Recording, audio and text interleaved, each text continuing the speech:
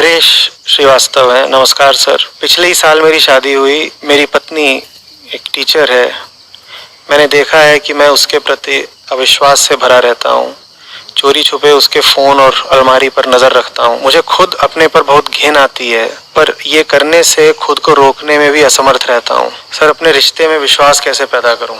अब नरेश, इसमें मैं एक तो तुमको यूं ही सस्ता चलता फिरता जवाब दे सकता हूँ, जिसको अगर तुम अपने जीवन में आजमाओगे तो कुछ समय के लिए फ़ायदा भी हो जाएगा। पहले यही बता देता हूँ कि वो सस्ता जवाब कैसा होता है। सस्ता जवाब ये होता है कि तुम में और तुम्हारी नवविवाहिता पत्नी में अगर विश्वास की कमी है, तुम्हें उस पर शक वगैरह रहता है, तो एक दूसरे से दिल खोल कर बातें करो, अपनी पुरानी यादें साझा करो, दोनों साथ कहीं घूमने फिरने चले जाओ, एक दूसरे को खूब जताओ कि हम तो तुम्हारे लिए ही हैं जानम। तो जो एक दूसरे को लेकर के संदेह है वो कम हो जाएगा और हो भी जाएगा। 2-3 महीने या 2-3 हफ्ते बड़ा अच्छा लगेगा, क्योंकि तुमने उससे कसम ले ली है कि वो अपनी ज़िंदगी में ऐसा कुछ भी नहीं करेगी जिससे तुम्हारे दिल को चोट लगे। बदले में तुमने भी कसम दे दी है कि हाँ, मैं भी कुछ ऐसा नहीं करूँगा कि बेवफा कहलाऊँ। एक तो ये तरीका है, और ये तरीका बहुत लोग आजमाते हैं। बहुत सारे तो मैरिज काउंसलर्स होते हैं, भारत में कम होते हैं, अमेरिका वगैरह में ज़्यादा होते हैं। वहाँ पे अगर जब जाते हैं जोड़े कि हमारी शादी टूट रही है, हमें एक दूसरे पे भरोसा नहीं है और ये सब, तो वहाँ जो बातें बताई जाती हैं उनमें से एक ये भी प्रमुख होती है कि एक दूसरे को ज़्यादा वक्त दीजिए, घूमिए फिरिए, साथ खाइए, बहुत सारी बातें करिए। और ऐसा करने से कुछ समय के लिए तात्कालिक लाभ तो हो ही जाता है, और फिर दोबारा वही कहानी शुरू हो जाती है जो पुरानी थी, क्योंकि जो मूलभूत कारण है संदेह का वो तो मिटा ही नहीं ना। अब वो मूलभूत कारण मैं तय नहीं कर पा रहा हूँ तुमसे कहूँ भी कि ना कहूँ, क्योंकि वो समस्या इतनी गहरी है कि मुझे नहीं मालूम कि तुम उसकी ओर देखना चाहोगे भी या नहीं। वो जो समस्या है जिसकी वजह से तुम अपनी पत्नी पर शक करते हो, उस समस्या का वास्तव में तुम्हारी पत्नी से कोई लेना देना ही नहीं है। जिन देवी जी से अभी तुम्हारा विवाह हुआ है उनकी जगह कोई और भी होती, तुम उन पर भी शक करते। तो ऐसा नहीं है कि अभी अगर तुम्हारी पत्नी का नाम मालती है तो तुम्हें मालती पर शक है। तुम्हारी पत्नी का नाम अगर माला होता तो तुम्हें माला पर भी शक होता। बात एक व्यक्ति की नहीं है, और बात एक संबंध की भी नहीं है। ऐसा नहीं है कि तुम्हें पत्नी मात्र पर शक है। तुम्हें किस पर शक नहीं है ये बताओ? तुम्हें अपने आप पर शक नहीं है? तुम्हें नौकरी में अपने बॉस पर शक नहीं है? तुम्हें अपने ग्राहकों पर शक नहीं है? तुम्हें अपने भाइयों पर, अपने दोस्तों पर, यहाँ तक कि अपने अभिभावकों पर भी शक नहीं है? क्या तुम्हें किस पर शक नहीं है? रात में कोई दरवाजा खटखटा देता है, तुम्हें शक नहीं हो जाता? वो शक क्यों है? वो शक इसलिए है क्योंकि कुछ पता नहीं।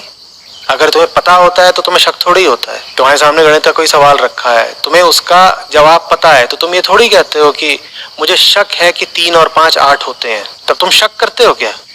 मुझे संदेह हो रहा है कि शायद 3 और 5 8 होते हैं, तुम ऐसा कहते हो क्या? तब तो तुम्हें पता होता है ना। तो जहां पता है माने जहां ज्ञान है वहां संदेह नहीं होता।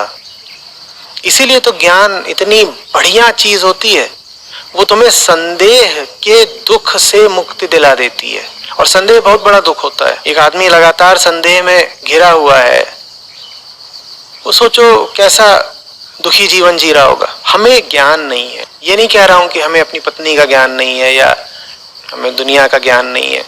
बाहर वालों के प्रति तो ज्ञान तुम्हें हो भी कितना सकता है। दुनिया असीम है, असीम ज्ञान कहाँ तुम इकट्ठा करते फिरोगे? सबसे पहले अपना ज्ञान करना होता है। संदेह किस पर हो रहा है उसकी बात नहीं है, संदेह करने वाला कौन है उसकी बात है।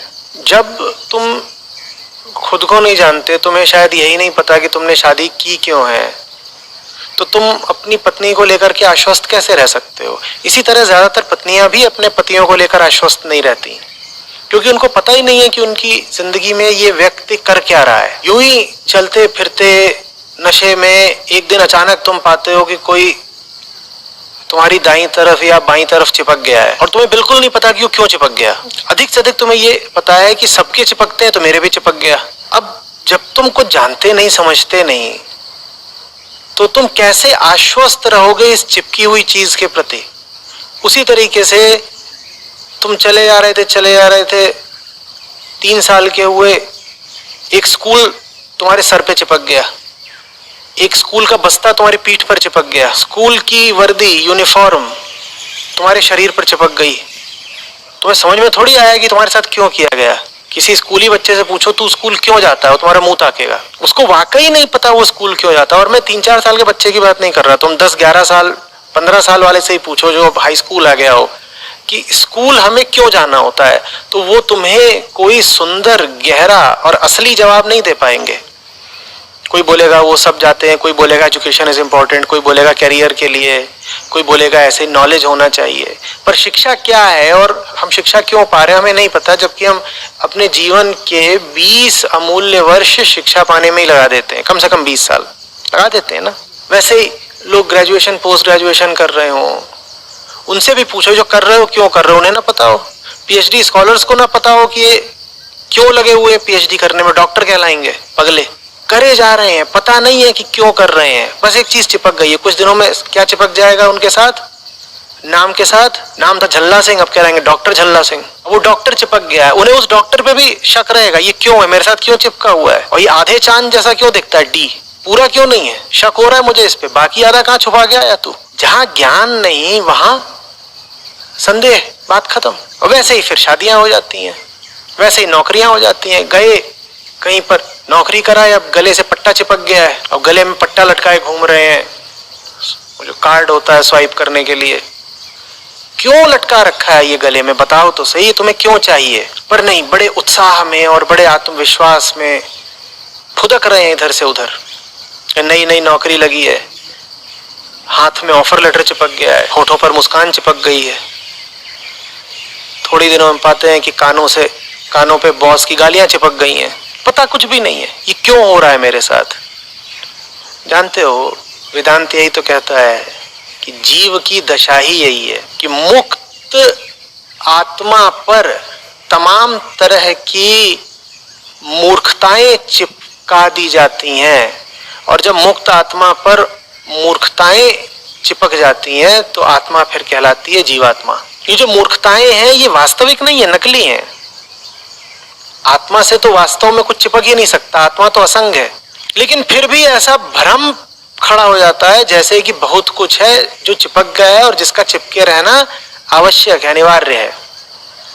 हम वो जीवात्मा है जिसने अपने ऊपर बहुत कुछ ओढ़ रखा है, पहन रखा है, चिपका रखा है। और जो कुछ चिपका रखा है वो चिपका इसीलिए हुआ है क्योंकि हमें उसका कुछ भी पता नहीं है। जितनी चीजों को तुम अपने साथ लेकर के चल रहे हो, अगर तुम्हें उनका पता हो जाए कि वो क्या है चीजें, तो तुम उनको तत्काल त्याग दोगे। इसका मतलब ये नहीं है कि तुम रिश्ते छोड़ दोगे या नौकरी छोड़ दोगे। इसका मतलब ये है कि फिर तुम सही रिश्ते को जान जाओगे, सही नौकरी में पाए जाओगे। तो अगर तुमको वास्तविक इलाज करना है इस समस्या का जो तुम्हारे और तुम्हारी पत्नी के बीच में है, तो फिर तो एकमात्र रास्ता अध्यात्म ही है। अब ये जवाब हो सकता है तुमको उबाऊ लगे, बोरिंग लगे, तुम कहो ये क्या कर दिया, हम तो कोई क्विक फिक्स विधि चाहते थे कि जल्दी से बता दीजिए। तो क्विक फिक्स विधि के लिए बहुत है, चले जाओ यूट्यूब पर ही बहुत है, वो तुमको बताएंगे कि अपनी अगली एनिवर्सरी पर किसी 7 स्टार होटल में एक जबरदस्त लग्जरी वाला कमरा बुक कर लेना और उसके लिए अभी से ही 1 लाख रुपए जोड़ना शुरू कर दो। या तुम्हारा जन्मदिन आ रहा हो, पत्नी का जन्मदिन आ रहा हो, तो कहीं घूमने निकल जाना, सेशल्स चले जाना, पेरिस चले जाना। पता नहीं कैसे जाओगे, कोरोना फैला हुआ है, पर चले जाना, कोरोना लगेगा तो लगेगा, मौज तो आ जाएगी। ये सब सलाहें तुम्हें खूब मिल जाएंगी। तो एक तो ये तरीका है कि ऐसे कर लो, और नहीं तो अगर तुम मूलभूत समाधान चाहते हो तो वेदांत की तरफ आओ, अध्यात्म की तरफ आओ, जीवन को समझने की कोशिश करो।